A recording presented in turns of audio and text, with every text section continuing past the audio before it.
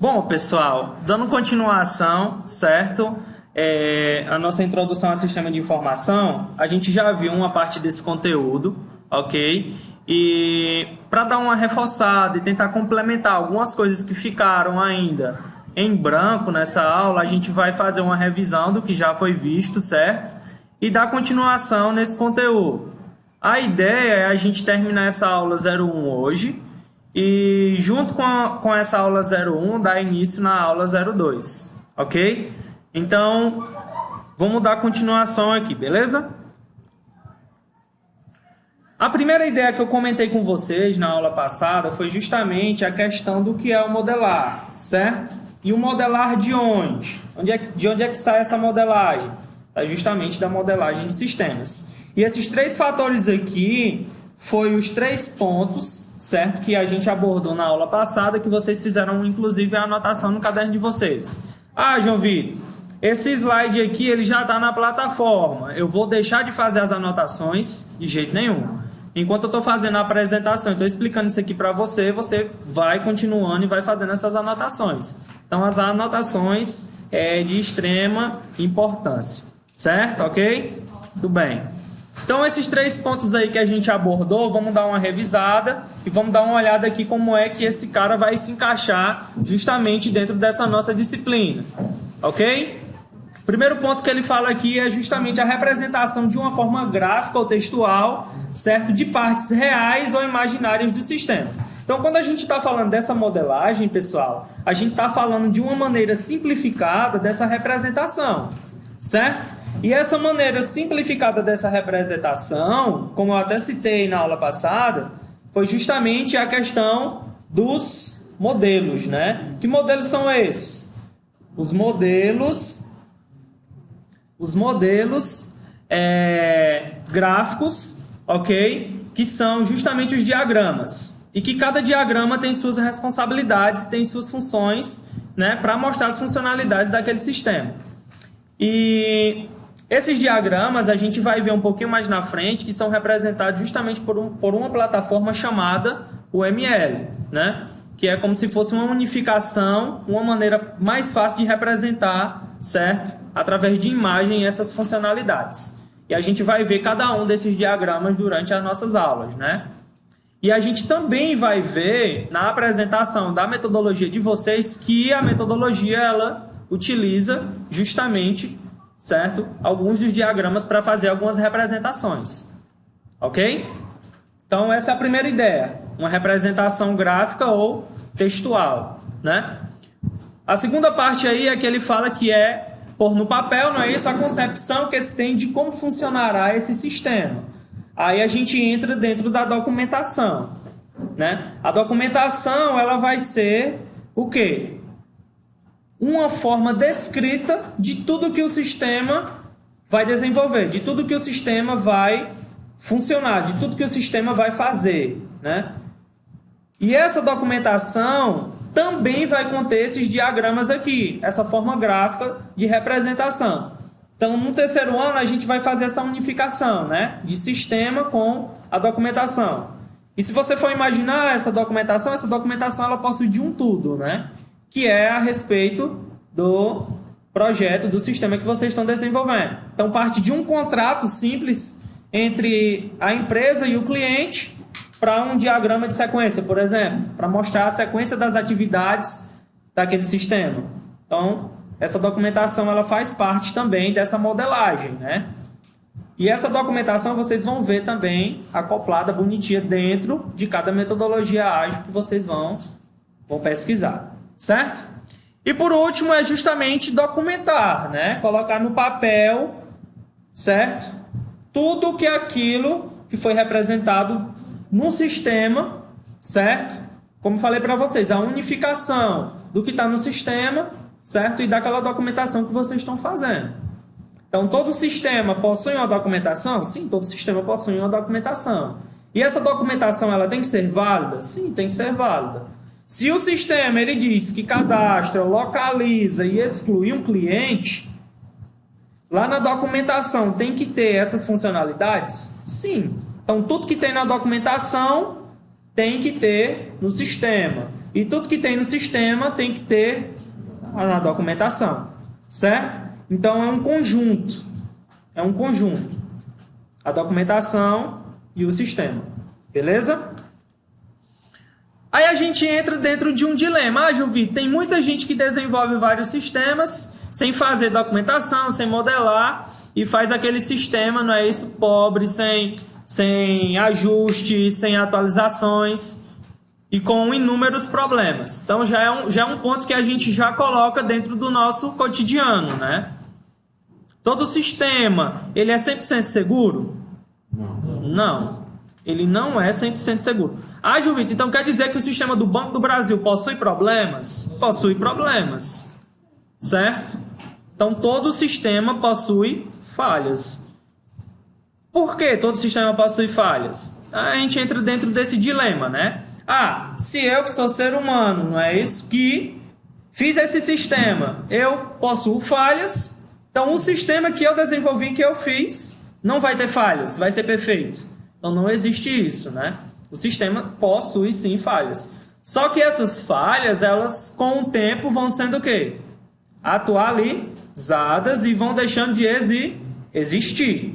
Então, João Vitor, por que é que o meu sistema operacional, o meu Windows, todo dia atualiza? Ele está o quê? Retirando as possíveis falhas que tem naquele sistema, né? Então, é por isso que é importante modelar, porque existe justamente essas atualizações, né? Então, ele fala aqui, ó, se observarmos tudo que será construído, não é isso? Primeiro passa por uma fase de modelagem. Aí ele dá o exemplo da gente aqui do engenheiro, né? Para o engenheiro construir uma casa, ele já vai diretamente construir essa casa, pessoal? Não. Ele faz primeiro o quê? A planta baixa daquela casa, né? Ou seja, ele vai fazer o alicerce daquela casa. Aquela casa, ela vai ter um princípio, ela vai estar partindo de algum canto. Então, do mesmo jeito, João Vitor, mas a gente não vai fazer casa, a gente não vai projetar casa. Mas o sistema, ele é tão complexo quanto uma casa, né? O desenvolvimento de uma casa é um processo, existe um ciclo. Então, para aquele sistema, não é isso, funcionar corretamente, ele também precisa de uma planta baixa, ele também precisa de um alicerce. E esse alicerce, ele é feito através de quem? Da documentação, junto com a metodologia, né? E essa metodologia que vai dizer como é que aquele sistema vai ser feito. E a partir daí a gente vai tendo uma noção e vai dando origem às nossas primeiras versões dos sistemas. Certo? Então, por isso que é importante essa modelagem, né? Mas antes de falar propriamente dito aí, né, dessa produção desse sistema de informação, a gente precisa conceituar o quê? Esses dados, né? Como é que esse cara vai ser conceitualizado dentro da nossa documentação? Então, a gente divide essa informação, né, esses dados em 3 palavras-chave, que são quem? O dado, a informação e o conhecimento, certo? Que, querendo ou não, são 3 coisas diferentes, mas que trabalham com um conjunto, né? Então, a gente viu que o dado, ele é caracterizado de uma forma que não faz sentido, né? Que não tem um conhecimento, que não tem uma informação. Mas aquele dado existe? Existe. Certo? Já a informação, eu posso caracterizar como o quê? Um conjunto de dados organizados. Ou seja, o dado ele não possui nenhum conhecimento e é desorganizado. Já a informação é um conjunto desses dados, só que organizados a terem sentido, não é? E algum valor. E por último, o conhecimento, que é a junção dos dados, da informação, certo? Para quê? Para transmitir uma compreensão, transmitir uma experiência, um aprendizado, certo? Onde nós temos a junção desses 2 primeiros, que vai dar origem a quem? O conhecimento. Então, a partir do momento que você tem uma informação e essa informação te dá alguma compreensão, te dá alguma experiência, te dá algum aprendizado, ou seja, aquela informação já deixa de ser informação e vira o quê? Conhecimento. certo? Então, tudo isso que eu estou falando para você está deixando de ser informação e está virando o quê? Conhecimento. Não está sendo um aprendizado? Sim, está sendo um aprendizado, né? E esse aprendizado e essa compreensão, vocês vão utilizar dentro do projeto de vocês, dentro da metodologia, né? Dentro justamente desse patamar aí que a gente vai construir durante essas nossas aulas, certo? E esse dado, informação e conhecimento, para dar uma melhor visualização de como é que funciona, certo? A gente colocou dentro de uma piramidezinha aqui, certo? Onde nós temos o conhecimento, informação e o dado. Se vocês perceberem, qual é a parte maior aqui que nós podemos caracterizar? O dado, né? Ó. Se vocês notarem aqui, esse dado a gente consegue, não é isso? Absorver ele com mais frequência, só que de maneira desorganizada. Então pode ser qualquer coisa em nosso meio, certo? Só que de maneira desorganizada. Se a gente for anotar aqui o conceito que ele dá para a gente, ó, simples observações sobre o estado do mundo, né? Ó, facilmente estruturado, obtido por uma máquina. Então essa observação você pode fazer de qualquer ambiente. Só que não vai gerar conhecimento, não vai gerar informação para você. Vai ser apenas um dado qualquer, certo? Já a informação, se você ver, ela já é um pouco mais, digamos que, bem menor que o dado, né? E ela já está participando um pouco do topo da pirâmide. Então, por exemplo, como é que a gente pode conceitualizar essa pirâmide? Se você notar, na pirâmide, certo? No topo a gente tem um pouco de informação. Só que esse pouco de informação, ela é o quê? Conhecimento. Já embaixo, nós conseguimos obter o quê? Mais informações, só que não é tão quanto os dados que a gente consegue observar em qualquer cenário. Então, por exemplo, a partir do momento que eu estou aqui dentro desse cenário do dado, é qualquer observação. Quando eu estou dentro desse cenário aqui, né, são o quê? São os dados dotados de relevância e propósito. Então, por exemplo, como é que eu posso conceitualizar isso aqui? Ah, João Vitor, eu saí aqui da sala e observei alguma coisa lá na quadra. Só que o que eu observei, alguma coisa lá na quadra, tinha alguma relevância para mim. Então, essa relevância já é um ponto, né? Já é uma característica de quê?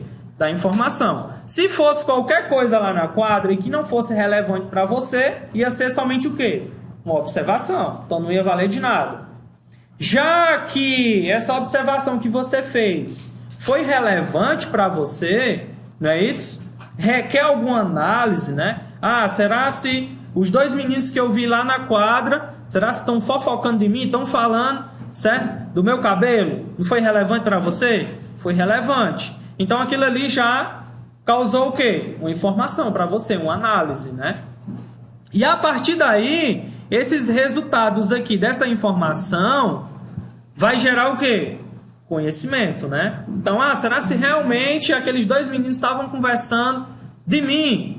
Aí você encontrou outra pessoa mais lá na frente e diz, ei, mulher, estava conversando realmente sobre tu. Então, gerou um conhecimento, gerou um aprendizado, gerou informação? Sim, gerou. Né? Você realmente confirmou aquela observação que foi relevante para você e que, inclusive, você confirmou lá com aquela terceira pessoa. Então, é um exemplo aqui do nosso cotidiano, certo? De conhecimento, informação e dado, certo?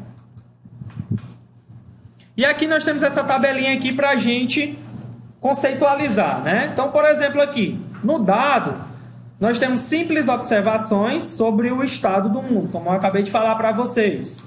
Então, esse dado aqui, facilmente estruturado, não é isso? Ele também pode ser facilmente obtido, frequentemente quantificado e facilmente transferível. Já as informações são dados dotados de relevância e propósito, né? Tem que ter alguma relevância, tem que ter algum propósito. Vai servir para quê? Aquilo ali vai servir para quê no meu cotidiano, né? Requer uma unidade de análise, exige um consenso em relação ao significado, né? E aí, será se realmente estão falando de mim? Né? Exige uma necessariamente medição humana, o que seria essa medição humana? Por exemplo, quando a gente está trabalhando com um sistema de informação, nós podemos utilizar sistemas para analisar essas características. Mas só que um sistema, ele nunca vai analisar como o quê? Uma análise humana, né?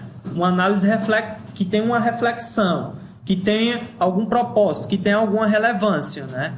E vai poder diferenciar isso daquela análise de máquina. Só um exemplo para a gente tentar diferenciar.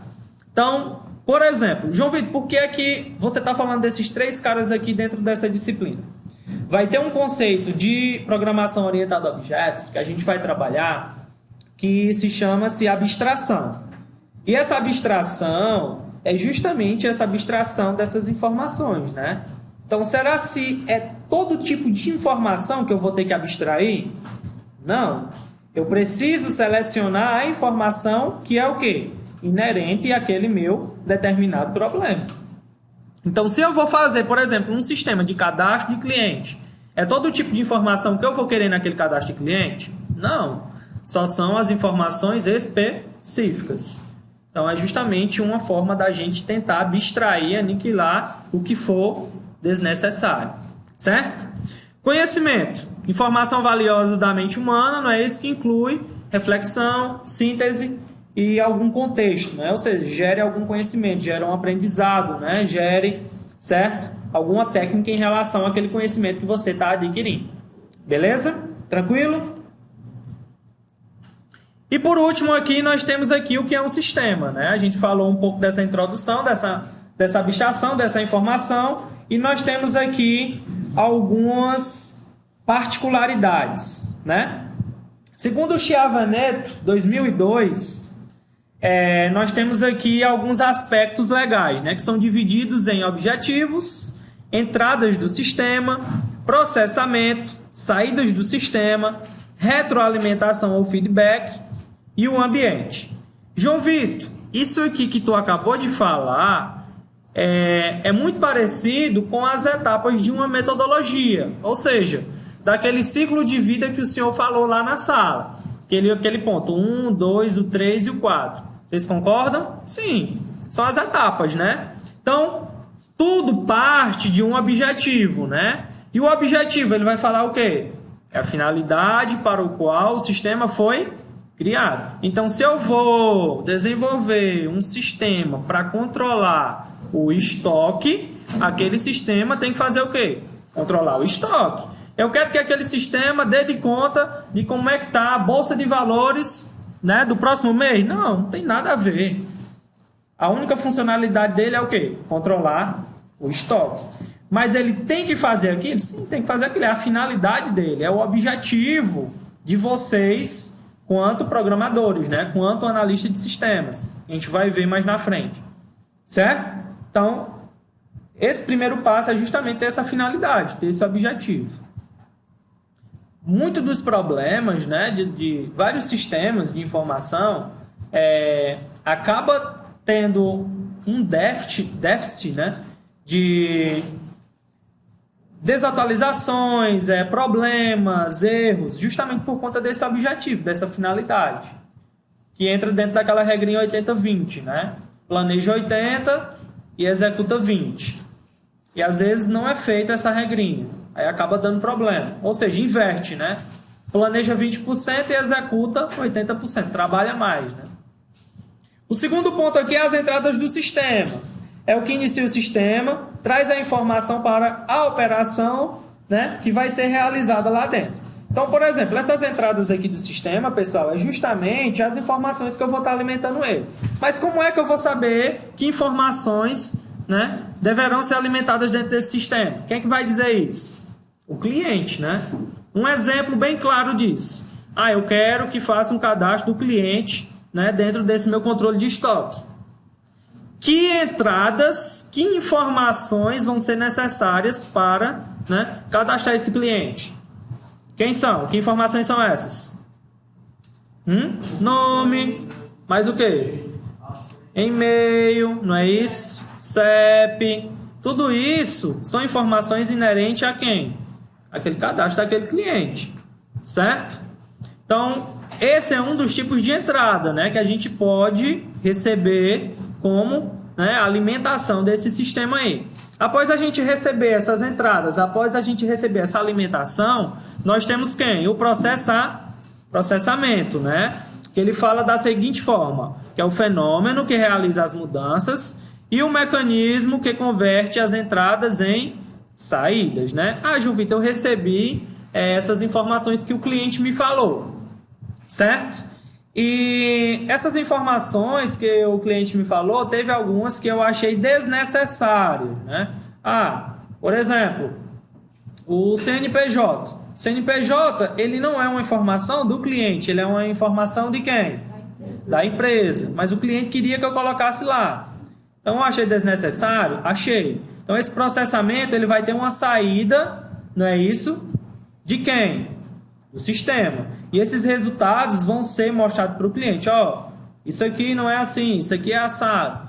Só que essa retroalimentação, ela só é feita de forma efetiva, certo?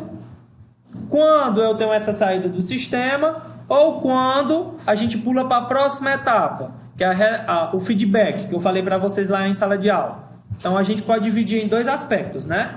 A saída do sistema é justamente esses resultados.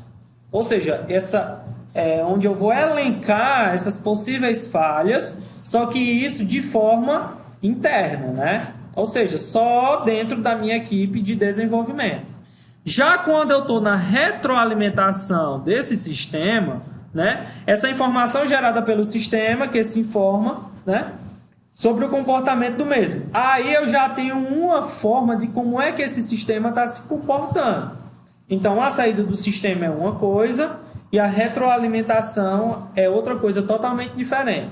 Então, por exemplo, essa saída desse sistema é o resultado do processamento. A gente viu que era uma diferença aí do CNPJ. E um exemplo desse feedback, dessa retroalimentação. Por exemplo, o sistema era para ter feito o cadastro do cliente, né? Cliquei lá no botãozinho de cadastrar e ele deu um erro, né? Erro com a conexão, né, com o banco de dados. E aí? Isso é uma saída do sistema ou isso é uma retroalimentação ou um feedback? Retroalimentação ou feedback. Porque é um possível erro que aconteceu que não foi identificado aonde? Na saída do sistema, internamente, e que aconteceu lá no cliente, certo? E ele vai ser, não é isso, atualizado, vai ser, né, corrigido através de quem? Da retroalimentação, certo? Então, um exemplo dessa retroalimentação é esses possíveis erros, né, de atualização. Ou até mesmo, por exemplo, o cliente queria o botão, né, até falei lá da garrafinha de água, né, o botão não é amarelo, o cliente quer o botão vermelho. Vai ser uma saída do sistema ou vai ser retroalimentação? Retroalimentação, né? Um feedback, como é que aquele sistema está se comportando. Beleza? E por último, o ambiente, não é? É o meio que envolve externamente o sistema. Então, pessoal, não adianta de nada eu seguir todos esses 5 conceitos aqui que o Chiavenato dá para a gente se eu não faço do ambiente. Mas, João Vitor, como é que eu posso abordar e reconhecer esse ambiente? Pessoal, o ambiente... Quem são esse ambiente? Quem é esse ambiente?